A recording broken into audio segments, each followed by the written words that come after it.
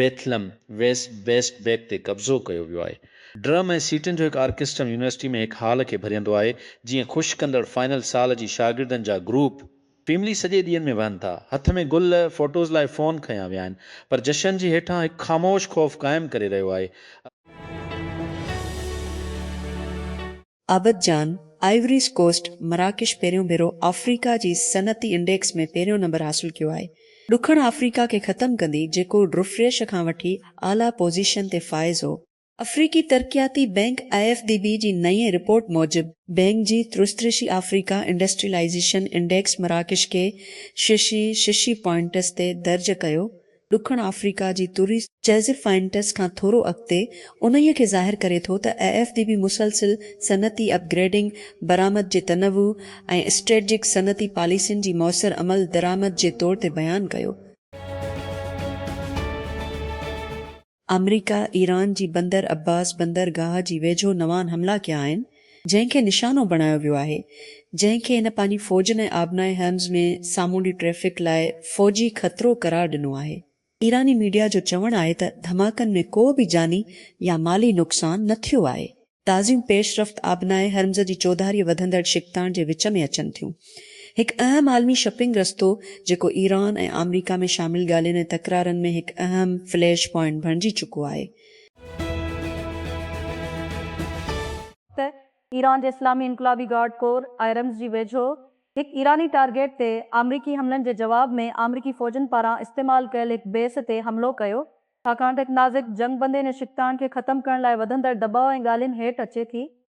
Iran जी रियासती नशियाती इदारी IRIB जी मुताबिक़ अॼु सुबुह जी हमले खां पोइ अमरीकी फ़ौज तरफ़ां बंदर अब्बास एयरपोर्ट जी ॿाहिरीं हंध ते फ़ज़ाई प्रोजेक्टाइल इस्तेमालु कंदी अमरीकी एयरबेस जेको हमले जी माख़ूज़ तौरु कमु कयो, GMT ते निशानो बणायो वियो। IRGC ख़मीस ते चयो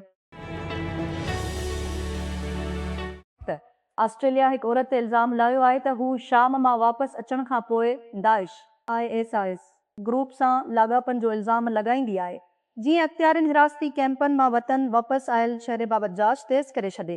पुलिस चयो त मेलबोर्न जी अदालत में पेश थियण वारो आहे। हू दहशतगर्द तंज़ीम जी मेंबर हुजण ऐं ऐलानियल तकरार वारी इलाइक़े में दाख़िल थियण जी इल्ज़ामनि खे मुंहुं ॾेई थी। वफ़ाक़ी कांस्टेबलरी जी स्पेशल डिप्लोमेटिक प्रोटेक्शन यूनिट जा 200 एहलकार सऊदी अरब में तरबियत हासिल कंदा, घुरू वज़ारत ख़मीस ते चयो। उहो फ़ैसिलो घुरू वज़ीर मोहसिन नक़वी ऐं संदसि सऊदी मनसिब अब्दुल अज़ीज़ बिन सऊद आल सऊद विच में मुना में मुलाक़ात दौरान कयो वियो।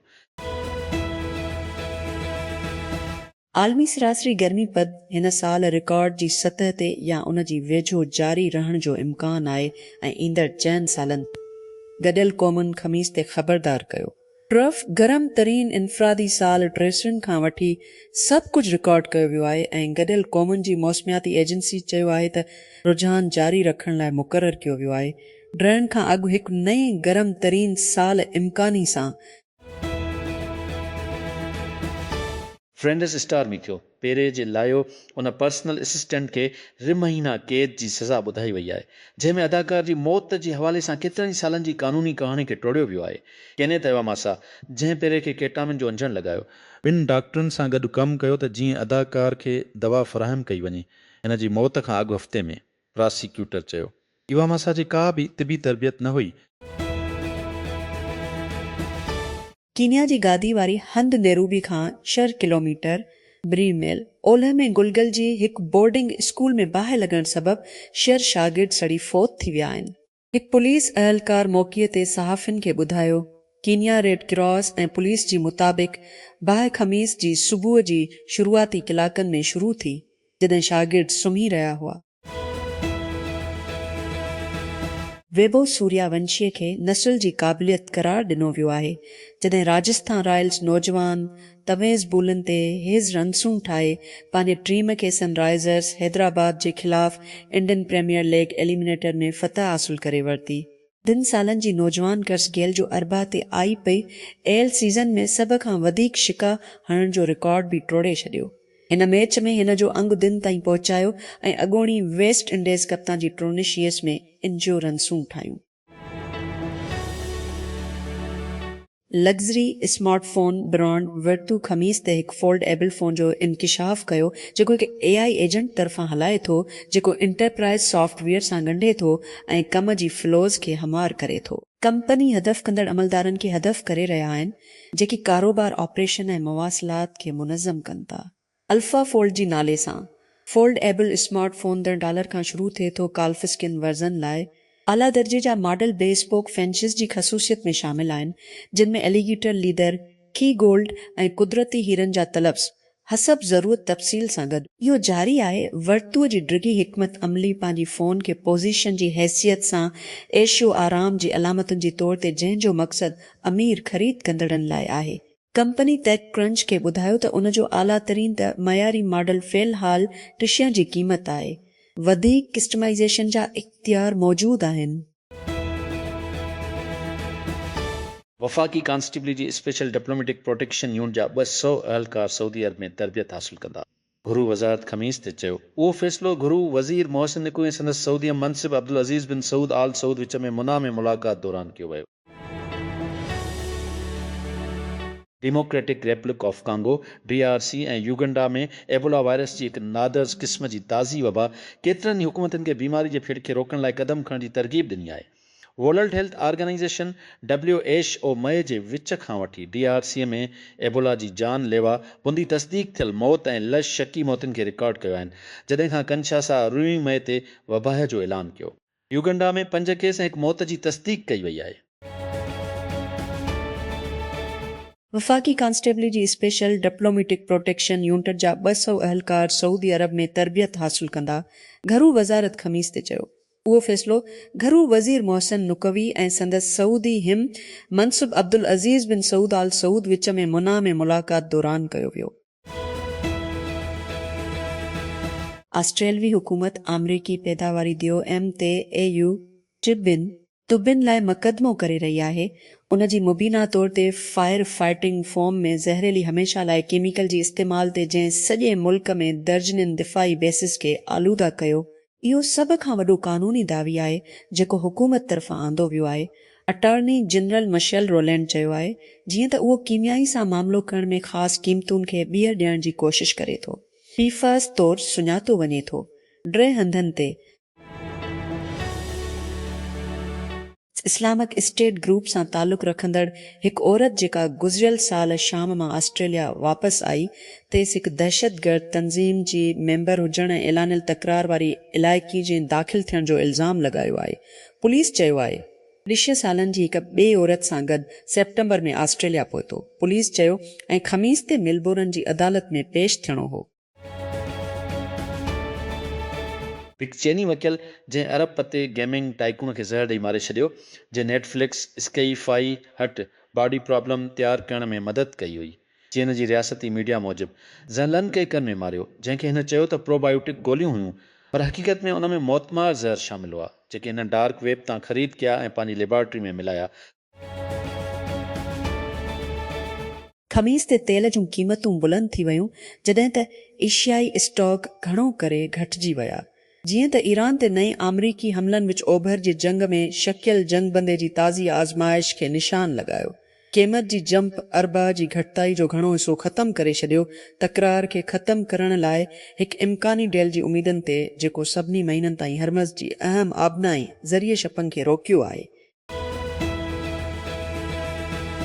ईरान जी इनकलाबी गार्ड ख़मीस ते चयो आहे त हिन अमरीकी एयरबेस खे निशानो बणायो जॾहिं अमरीकी फ़ौज कयो जेको वाशिंगटन जी हिकु ऑफिसर चयो त हमला हुआ हिकु ईरानी ड्रोन ऑपरेशन खे निशानो बणाईंदड़ आबनाए हरम्स जी वेझो। सदर डोनाल्ड ट्रंप जी हिकु रिपोर्ट खे रद्द करण खां जी वेझो हो। दुश्मनी में इज़ाफ़ो अमरीका ऐं ईरान खे निमाया कयो जेको अप्रैल जी शुरूआत में असर अंदाज़ थियो। इहो अमन मुआदे जी उमिरियुनि खे ख़तमु करण ऐं तेल जी क़ीमतुनि खे ॿीहर मोकिलण।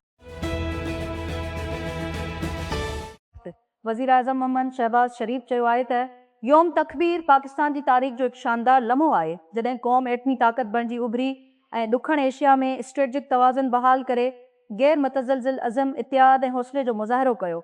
योम तकबीर 3 मई थंडरशर जो तारीख़ी ॾींहुं आहे जॾहिं बलोचिस्तान जे इलाइक़े जी जबलनि में एटमी तजुर्बनि खां पोइ एटमी ताक़तुनि जी सिफ़ में शामिल थियो। ट्रैफिक पुलिस जो चवणु आहे त ख़मीस ॾींहुं विच चीन में हिकु ओवरलोड थियल मनीविन हिकु ट्रक सां टकराइजी वई, जंहिंजी नतीजे में 3 ॼणा मारिजी विया ऐं 3 ज़ख़्मी थी पिया वञनि, जंहिं में 9 मुसाफ़िरनि जे वध में वधि गंजाइश हुई। पर जॾहिं इनान सूबे में एक्सप्रेस वे ते सशी जीमी ते चीन जी पब्लिक सिक्योरिटी जी वज़ारत जी traffic management bureau social media ते चयो। थरारे ज़िम्बाब्वे कीमती मंद उभरंदी ज़िम्बाब्वे में हिकु सर्द मौसम ख़ुज़ा जी सुबुह ते गॾियल दर्द, हिकु तेज़ बुखार ऐं हिकु तेज़ सर दर्द सां जाॻियो। सालनि जी शुरूआत में सोचो त उहो सिर्फ़ु फ्लो हो, पर जॾहिं 3 ॾींहं ताईं मथे जो सूर बरक़रार रहियो त हूअ परेशान थी वई। गूगल जे हिकु सॉफ्टवेयर इंजीनियर ते अमरीकी अख़्तियारनि तरफ़ां फ्रॉड जो इल्ज़ाम लॻायो वियो आहे, जॾहिं त मुबीना तौर ते अंदरूनी मालूमात इस्तेमालु कंदे मार्केट $1 मिलियन खां वधीक शर्त खटण लाइ मिचेल स्पागनुओलो स्विट्ज़रलैंड में रहंदड़ हिकु इतालवी शहरी ते इल्ज़ाम आहे त राज़दारी मालूमात गूगल जी सालियानी सभ खां वधीक ॻोल्हा वारी फ़हिरिस्त जे नतीजनि ते अरबा ते हिकु मुजरमाना शिकायत जी मुताबिक़ इब्राहिम मुआहिदो विच ओभर में हिकु तारीख़ी अमन जी शुरूआत तौरु पेश कयो वियो। हक़ीक़त में इहे मुआहिदा अमरीकी सदर डोनाल्ड ट्रंप जी पहिरीं सदारत दौरान थियल मुआहिदा हुआ, जंहिं तहत केतिरनि ई अरब रियासतनि फ़िलिस्तीन जे मसइले खे हल करण खां सवाइ इसराइल सां लाॻापा मामूल ते आणे छॾिया। मिस्टर ट्रंप हाणे मुआहिदनि खे ॿीहर वधाइण जो ख़्वाहिशमंद नज़र अचे थो। ईरान जी ताज़ी तकरार खां पोइ वधीक मुस्लमान मिल्कनि खे शामिल थियण लाइ ज़ोर ॾेई रहियो आहे। इहो हिकु ख़तरनाक ऐं इंतिहाई बेईमानी वारो क़दम आहे, जेको इलाइक़ाई अमन जे तरफ़ खां घटि हलियो वियो आहे। उन खां अलावा वाशिंगटन में इसराइल जी हमायतिन ऐं अमरीका जी सख़्त गैर इसराइल नवाज़ हक़ जे दबाव जी करे ईरान जी तकरार खे इब्राहिम मुआहिदनि सां ॻंढण जी कोशिश घटि माना रखी थी। IMF जी एग्ज़ीक्यूटिव बोर्ड पाकिस्तान जी 2 महीननि जी तोसी थियल फंड सहूलियत AFF जी 3 जाइज़ी जी मंज़ूरी ॾेई छॾी आहे, जंहिं में इहे न्यू शर्तूं शामिल कयूं वयूं आहिनि ऐं मजमूई ढांचे जी शर्तनि खे वधाए ॿिन कयो वियो आहे। इन खां अलावा इंद्र स्टैंडिंग वाबस्तगियूं आहिनि, जिन जी तामील घुर्जनि खे रुठीअसी ताईं पहुचायो वियो आहे। इदारा वापार, सीड़पकारी, बेज़ाबतगी, समाजी तहफ़ुज़ ऐं एंटी करप्शन क़दमनि केतिरा ई IMF जी बुनियादी मैंडेट ऐं इदारे जी क़ाबिलियत खां ॿाहिरि आहिनि। इन शर्त जी सरासर विसत हाणे इक़्तिसादी सरगर्मियुनि ऐं गवर्नेंस जी लॻभॻि हर शाबे खे छही रही आहे। पाकिस्तान जी पॉलिसी ख़ुदमुख़्तियारी ऐं इक़्तिसादी ख़ुदमुख़्तियारी खे मुसलसिल ख़तमु कंदी। पार्लियामेंट खे IMF जी सख़्त ऐं मुदाख़लत वारी पॉलिसी मशवरी ऐं हदफ़नि जी मुताबिक़ FV बजट मंज़ूर करण जी ज़रूरत आहे। मौसर तरीक़े सां कानून साज़ीअ खे रबर स्टैम्प ताईं घटाई Pakistan special economic and technology zones लाइ माली मराहतूं ख़तमु करणु, सरकारी खातनि में बिदनवानी ख़तरनि खे घटाइण लाइ हिकु एक्शन प्लान शाया करणु, नेब चेयरमैन जी तक़रीर जे अमल खे वधाइण लाइ नेब ऑर्डिनेंस में तरमीम करणु, सरकारी मुलाज़मनि जी असासनि जा बयान शाया करणु, कंपनीज़ एक्ट में तरमीम करणु, बहितर रहण लाइ कंपनीज़ एक्ट में तरमीम करणु, शगर जी मार्केटनि जी लेबरी पॉलिसियुनि खे बहाल करणु, मार्केट जी लाॻापनि लाइ पॉलिसियुनि खे बहाल करणु, इस्तेमाल थियल कारनि जी तजारती दरामद ते पुलिस स्टेशननि खे रियासत जी जिस्मानी ऐं ऑपरेशनल मज़हर तौरु ॾिठो वञे थो, जिते मुतासिरीन खे रियासत जी हिफ़ाज़ती मौजूदगी महसूस करणु घुर्जे। इन्हनि खे लाज़मी तौर ते कमु करणु घुर्जे। शॉक थेरेपी सेंटर हिकु फ्रंट लाइन सर्विस ऐं इंसानी आज़ादियुनि जी मुहाफ़िज़न। टेक्नोलॉजी जी दूर में छा ज़िलनि में वधीक पुलिस स्टेशननि जी ज़रूरत आहे, या मौजूदा पुलिस स्टेशननि खे पुलिस स्टेशननि सां पूरो करे सघिजे थो। पुलिस स्टेशनुनि साइज़, दायरे अख़्तियार ऐं कमनि में मुख़्तलिफ़ थी सघनि थियूं। क़दीम रोम में विगिलस कानून नाफ़ज़ करण लाइ ॾिठो एशिया ऐं विच ओभर में मुस्तक़िल इदारनि जी खोट हुई। फ़ौजी ऐं मुक़ामी मैजिस्ट्रेट पुलिस जो कमु सरअंजाम ॾिनो। बर्तानिया में रॉबर्ट पेल पुलिस स्टेशनुनि ठाहिया त जीअं पेट्रोल बेस, लॉकअप ऐं इंतिज़ामी ऑफिसूं। फ्रांस हिकु मुर्कज़ी ढांचे खे अख़्तियार कयो शहरनि में पुलिस पोस्टनि सां। म्यूनिसिपल पुलिस डिपार्टमेंट अमेरिका जी शहरनि में ज़ाहिर थियो। जापान में कम्यूनिटी पुलिसिंग आहे। कोबान सिस्टम नंढड़नि पाड़नि में ॿुधल आहे। कम्यूनिटीअ जी एतमाद खे वधाइण ते ध्यानु ॾेई थो। अमरीकी फ़ौज ईरान ते नवां हमला कया आहिनि। हिकु स्ट्रेटजिक बंदरगाह शहर बंदर अब्बास में हिकु फ़ौजी साइट खे निशानो बणायो। US सेंट्रल कमांड तस्दीक कई त उन जी फोर्सिस पिण 4 ईरानी हिक तरफ़े हमले आवर ड्रोन्स खे मारियो जेकी आबनाई हरमज़ जी चौधारी ख़तरो बणियल हुआ। ॾुखण ओभर एशियाई मुल्क में रियासत सां लाॻापियल मीडिया जी मुताबिक़ लाओस में हिकु बैग पीकर हॉस्टल जी उठ अमले जी मेंबरनि खे मुक़ामी अख़्तियारियुनि तरफ़ां हिरासत में वरितो वियो आहे जीअं उहे 6 गैर मुल्की सियाहनि जी मौत जी शकी मीठावल ज़हर जी मौत जी तहक़ीक़ात कनि था। 2 ऑस्ट्रेलवी नौजवाननि जी मौत, हिकु बरतानवी औरत, हिकु अमरीकी मर्द ऐं 2 डेनमार्क औरतूं ऐं ॿियनि जी बीमार थियण जी रिपोर्ट गुज़िरियल हफ़्ते केतिरनि ई मग़रबी क़ौमुनि खां लाओस में दागदार शराब पीअण जे इम्कानी तौर ते मौतमार नतीजनि बाबति ख़बरदार कयो। हिकु ऑस्ट्रेलवी नौजवान 6 परडेही सियाह बणिजी वियो आहे जेको लाओस में हिकु मुश्तबा मेथावल ज़हर में मरी वियो आहे। मुल्कनि जे वधंदड़ फ़हरिस्त जी तौर ते ॾुखण ओभर एशियाई मुल्क में दागदार शराब पीअण जे इम्कानी तौर ते मौतमार नतीजनि खां ख़बरदार कयो वियो आहे। इख़्तियारनि मूजिबि हिकु बरतानवी औरत, हिकु ॿियो ऑस्ट्रेलिया नौजवान, हिकु अमरीकी ऐं 2 पिण गुज़िरियल ॾींहनि में मुश्तबा ज़हर ॾियण जी नतीजे में फ़ौत थी विया आहिनि, वांग वेंग जी मशहूर पस मंज़र वारी मंज़िल में। गॾियल क़ौमुनि जी हुकूमत गॾियल क़ौमुनि जी इंसानी हक़नि जी माहिर फ्रांसिस्का अल्बानीज़ खे वापसि करे छॾियो आहे। उन्हनि खे मंज़ूर थियल माण्हुनि जे लिस्ट में जॾहिं हिकु जज नामज़दगी जे ख़िलाफ़ आर्ज़ी हुकुम ॾिनो हो। अरबा ते यूएस जी खज़ाने वारी खाते जी office of foreign assets control OFAC website ते हिकु ताज़ाकारी ज़ाहिर थी। उन ई मां ज़ाहिर थिए थो त अल्बानीअ खे एजेंसी जी ख़ासि नामज़द थियल नेशनल SDN जी फ़हरिस्त में शामिल कयो वियो आहे। वधीक तफ़सील पेश करण खां सवाइ